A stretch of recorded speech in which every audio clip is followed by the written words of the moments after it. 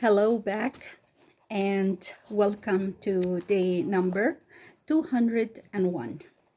My name is Mary and today's story title is Haman's Death. King Ahasuerus knew very well that his queen had some favor to ask at the feast.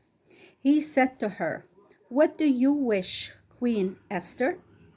Tell me, and I will give it to you, even if it's half my kingdom." Esther saw that her time had come. She said to the king, "If I have found favor in your sight, and if it please you, let my life be given me, and the lives of my people. For we have been sold and are all to be killed. If we had been sold as slaves, I would have said nothing, but we are to be slain in order to please our enemy." The king asked, "Who is the man, and where is he that has dared do this thing?" "The enemy," said Queen Esther, "is this wicked Haman." When the king heard this, he was so angry that he got up from the table and walked out into the garden. In a moment, he came back and saw Haman on his face, begging the queen to spare his life. The king looked at him in anger, and the servants are at once covered Haman's face, as one doomed to death. One of the officers standing near said, "There are gallows 75 feet high that Haman set up yesterday to hang Mordecai. Hang Haman on it," commanded the king. So Haman died on the gallows he had made for Mordecai. That day, the king gave Haman's place to Mordecai and set him over the princes. He gave Mordecai his own ring with its royal seal, and all Haman's family, his sons, were put to death for their father's act. The law about killing the Jews on the 13th day of the 12 months had been made and sent out, and no law of the Persians could be changed.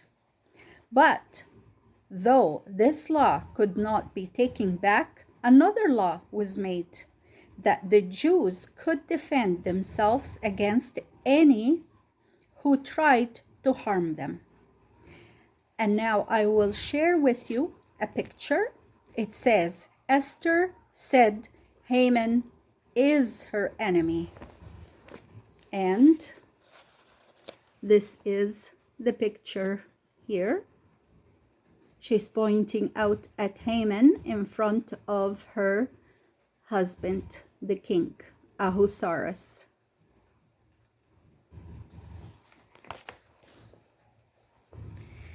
When the day came, most of their enemies were afraid to harm the Jews, because now they were under the care of the king, and Mordecai ruled next to the king. Instead of sorrow and death on the 13th day of the 12 months, the Jews had joy and gladness. And on the day following, the Jews kept a feast of thanksgiving for God's mercy in saving them from their enemies. The same feast was kept on that day every year afterward, and is still kept among the Jews.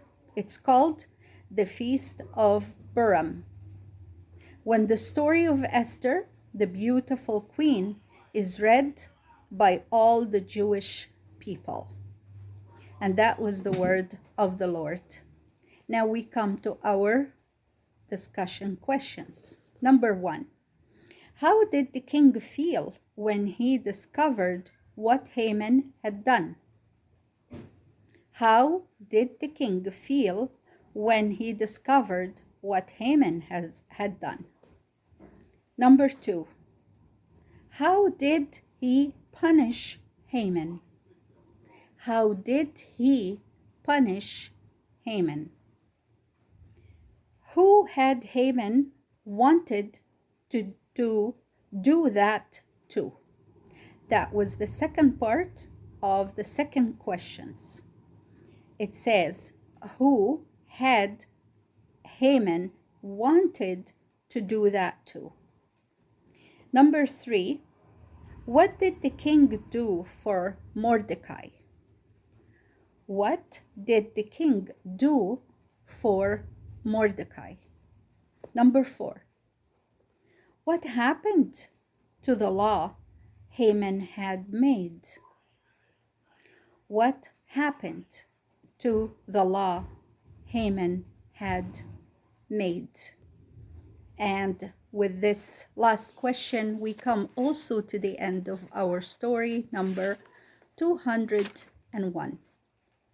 So it's great to have you again with me for another great story from our bedtime Bible stories. May God bless us all. Till next time. Bye-bye for now.